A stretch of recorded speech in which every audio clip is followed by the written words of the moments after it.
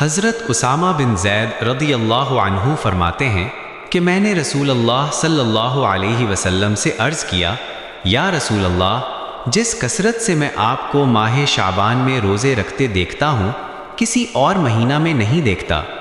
آپ صلی اللہ علیہ وسلم نے ارشاد فرمایا، یہ ایسا مہینہ ہے جو رجب اور رمضان کے درمیان واقع ہے، اور لوگ عموماً اس مہینے کی برکات سے غافل ہیں۔ اس ماہ میں اللہ تعالیٰ کے سامنے اعمال پیش کیے جاتے ہیں۔ میری خواہش ہے کہ میرے اعمال اس حال میں پیش ہوں کہ میں روزے سے ہوں۔ تو ہمیں یہ سمجھ آئی کہ ماہ شعبان کی برکات حاصل کرنے کے لیے اس ماہ میں رمضان المبارک کی تیاری کی جائے، عبادات اور روزے رکھنے کی عادت ڈالی جائے، اور اپنے کاموں کو اس انداز میں نمٹایا جائے کہ رمضان المبارک میں زیادہ سے زیادہ وقت عبادت اور تعلق مع اللہ کے لیے فارغ ہو سکے۔